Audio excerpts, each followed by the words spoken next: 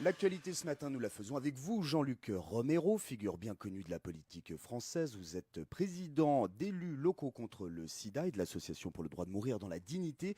Vous êtes adjoint au maire du 12e arrondissement de Paris, conseiller régional, le premier homme politique dont l'homosexualité a été révélée dans les médias. Vous êtes aussi le premier homme politique français à avoir révélé sa séropositivité. Jean-Luc Romero, bienvenue sur Radio Lac. Merci, bonjour.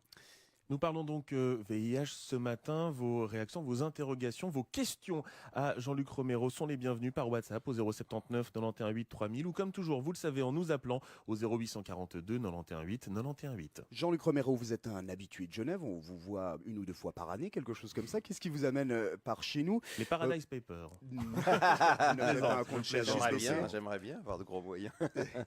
Qu'est-ce qui vous amène ici? Vous avez des contacts avec des associations dans les domaines qui vous intéressent, j'imagine. Bah oui, ici vous êtes quand même très en avance sur le droit de mourir dans la dignité. Je crois qu'on en parlera tout à l'heure avec le suicide assisté. Et comme je suis président de la DMD, évidemment, c'est toujours intéressant de voir ce qui se passe ici. Et puis dans la lutte contre le sida, paradoxalement, avec cette espèce de pragmatisme suisse que vous avez, c'est toujours intéressant de voir ce que vous avez fait à la fois en termes de prévention depuis des années, où des campagnes ont lieu ici qui pourraient peut-être même pas avoir lieu en France à cause d'une certaine pudibonderie qu'on peut avoir. Et puis la politique de réduction des risques que vous avez à destination des usagers de drogue. Je pense aux salles de consommation à moindre risque, la délivrance d'héroïne sous contrôle médical.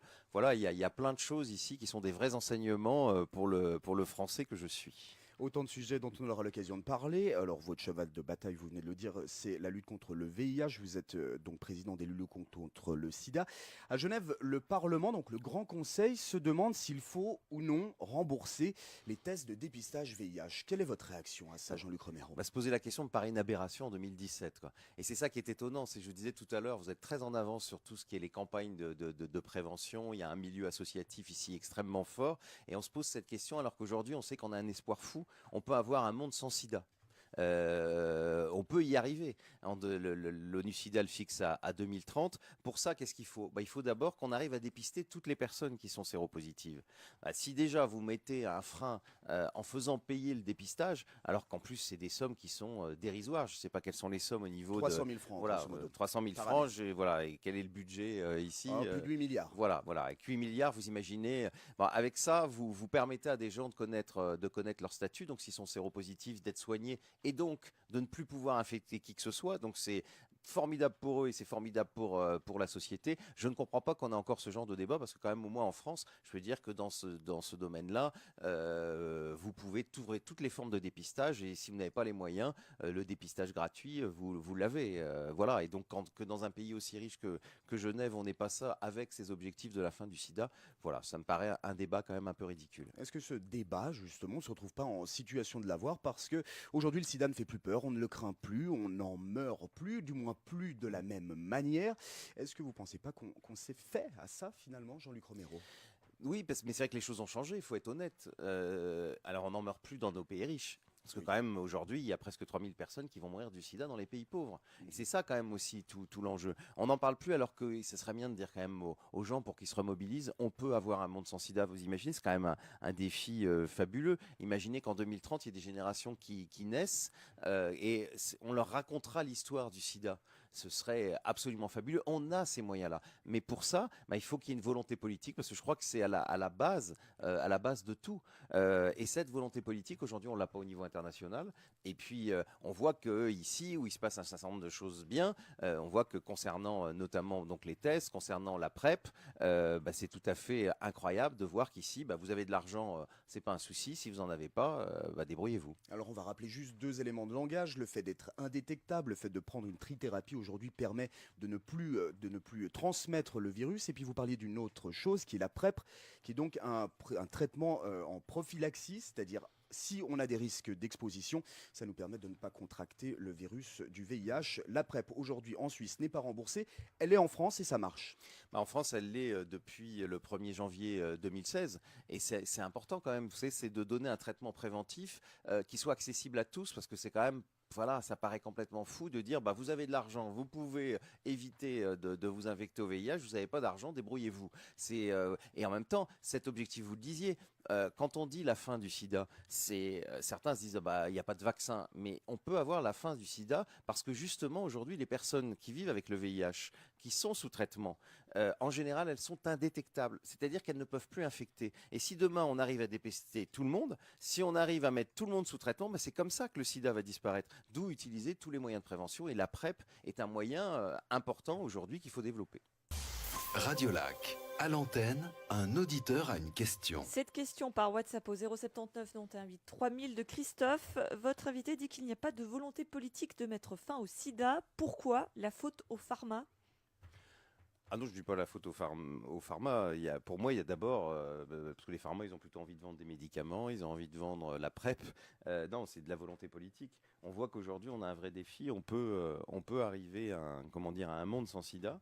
Et on voit que paradoxalement, eh bien, il y a dans un certain nombre de pays, les gens n'accèdent pas au traitement. Je pense notamment aux pays du Sud. Et on est là aujourd'hui dans une espèce d'indifférence glacée, alors que nous, dans les pays du Nord, on se soigne. Et les personnes séropositives ont l'espérance de vie qui est similaire à une personne séronégative. Et puis dans le Sud, il y a plusieurs milliers de morts par jour, c'est bien plus que ce que fait le terrorisme. Et on a une solution. C'est-à-dire dépister et donner les traitements. Et ça veut dire qu'on peut arriver à la fin du sida. Donc oui, il faut une volonté politique, et il la faut au plus haut niveau. Mais vous savez, le dernier G8 ou G20 qui a parlé du VIH, je ne me souviens pas quand c'était. Rapidement, je rebondis sur la question de Christophe, parce que les pharma, ils sont aussi là pour gagner de l'argent, donc il y a aussi le coût de ces traitements. Oui, mais le coût de ces traitements, justement, à partir du moment où plus on généralise, plus on peut se battre pour avoir des prix moins chers. De toute façon, il y a aussi plein de choses à faire dans ce domaine-là. Pour moi, c'est justement, tant qu'on n'aura pas cet objectif-là, vous savez, nous, on a eu une présidentielle en France. Et on avait posé, nous, à Élus locaux contre le sida, la question aux candidats, serez-vous le président d'une France sans sida ? Ça n'a fait l'objet d'aucun débat. C'était la première fois que le sida n'était pas dans le débat de la présidentielle, alors qu'il n'y a jamais autant de gens qui vivent avec le VIH. Jean-Luc Romero, un autre sujet qui vous amène ici aussi, c'est la question des usagers de drogue pour la réduction des risques qui sont liés. Genève a un local d'injection. Aujourd'hui, Lausanne va en ouvrir un d'ici quelques temps. Alors là aussi, c'est des enseignements que vous essayez de tirer pour la réduction des risques, notamment liés au VIH. Ça, vous avez ça depuis très longtemps. À Paris et à Strasbourg bientôt, on a enfin une expérimentation de salles de consommation à moindre risque. Ici, ça fait longtemps que vous n'êtes plus à l'expérimentation. Ça fait 12, 13 ou 14 ans, je ne sais plus exactement, que vous avez ça, et on voit que ça fonctionne. Vous avez un programme de délivrance d'héroïne sous contrôle médical. C'est impensable aujourd'hui en France. Et on voit le pragmatisme de la Suisse sur ces questions-là. Et c'est vrai que c'est... vous savez, quand vous mettez de la morale, de la moralisation dans la société publique, ça ne fonctionne pas. Et on voit qu'ici, ce que vous avez fait à destination des usagers de drogue, ça fonctionne. Politiquement parlant, vous venez de revenir sur la nouvelle présidence française. Est-ce que, malgré le fait que la thématique du VIH n'ait pas été au cœur du débat, est-ce que vous avez l'impression que les choses avancent peu à peu ? Est-ce que François Hollande déjà a fait des choses et est-ce que Emmanuel Macron en fait lui aussi ? Non mais bon, la France, là je suis à l'extérieur de la France, donc je ne vais pas trop la critiquer, mais la France est quand même un des pays qui est quand même très mobilisé au niveau international.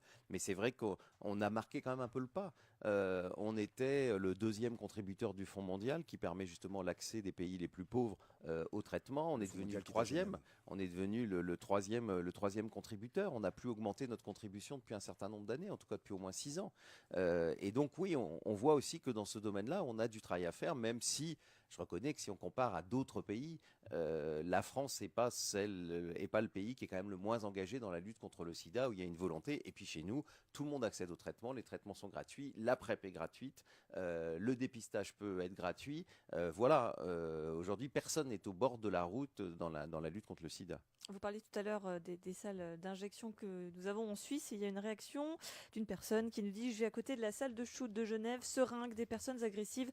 Croyez-moi, ce n'est pas une si bonne solution. » Écoutez, c'est quand même mieux que de rien avoir, parce que quand il n'y avait pas ces salles, notamment quand il n'y avait pas Quai Neuf à Genève, les usagers de drogue, ils étaient dans le quartier, mais bien plus nombreux. Ils étaient dans vos immeubles, dans vos cours d'immeubles, et je pense qu'au contraire, on voit que ça fonctionne. Alors parfois, évidemment, il peut y avoir quelques ratés, mais globalement, moi, je suis allé voir plusieurs fois les riverains autour de Quai Neuf, et moi, j'ai pas entendu ça. J'ai même entendu des riverains qui me disaient d'ailleurs des propos qui me gênaient sur les usagers de drogue, mais qui disaient en même temps, mais pourquoi c'est pas ouvert 24 heures sur 24 ?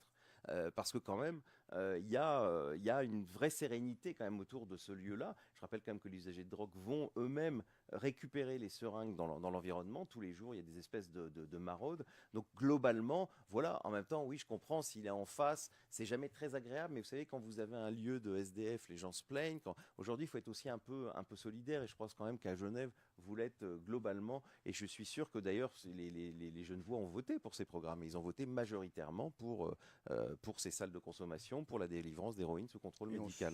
Et on se souvient aussi de la situation zurichoise qui était assez terrible durant les années 90 avec des scènes de shoot à ciel ouvert et ce genre de choses. Jean-Luc Romero, le 1er décembre, journée mondiale de lutte contre le sida. Est-ce que ça sert encore à quelque chose, ces journées mondiales? Bah oui, parce que malheureusement, on a cet espoir fou d'un monde sans sida, les gens ne s'en rendent pas compte, donc c'est l'occasion de mobiliser autour de ça. Mais ça Et puis, mobilise encore. non, pas suffisamment, mais justement, c'est aussi, vous savez, quand on parle du sida, on a l'impression qu'il est désincarné. On voit pas qu'il y a des femmes et des hommes derrière parce qu'ils sont invisibles. Parce que les gens ne disent pas qu'ils sont séropositifs. Nous, à Élus locaux contre le sida, nous allons sortir un livre pour le 1er décembre de portraits de personnes qui vont parler à visage découvert. Et ça, je peux vous dire que c'est très compliqué aujourd'hui de le dire. Et donc, cette journée, elle est importante parce que elle mobilise, parce qu'il n'y a plus beaucoup de moments où on en parle. Globalement, même les médias, plus personne ne parle du VIH. C'est d'ailleurs le grand paradoxe. Il n'y a jamais autant de gens qui vivent avec le VIH. On n'en a jamais si peu parlé. Très rapidement, une question que je trouve intéressante qui n'est pas signée. Il y a des choses bien en Suisse et des choses bien en France, c'est ce que vous nous disiez. Pourquoi ne pas, je vous le livre brut de décoffrage, pourquoi ne pas faire un pont entre les deux pays pour enfin lutter contre cette merde? Non, mais il y a évidemment des réunions internationales où chacun essaye d'avancer. Maintenant, votre pragmatisme, on commence comment dire, en s'en inspirer. Je vous disais tout à l'heure, on a à Paris une salle de consommation à moindre risque, et s'il n'y avait pas eu l'expérience genevoise et suisse en général, on l'aurait peut-être pas. Donc on travaille bien sûr ensemble. Maintenant voilà, on a deux cultures différentes et vous avez un pragmatisme qu'on n'a pas, et vous ne mettez pas de moralisme, de moralisation dans la politique de santé publique alors que nous on en met. Jean-Luc Romero, vous êtes une figure bien connue de la politique française, président d'élus locaux contre le sida et de l'Association pour le droit de mourir dans la dignité. Merci d'avoir été sur Radio Lac ce matin. Merci beaucoup de m'avoir invité.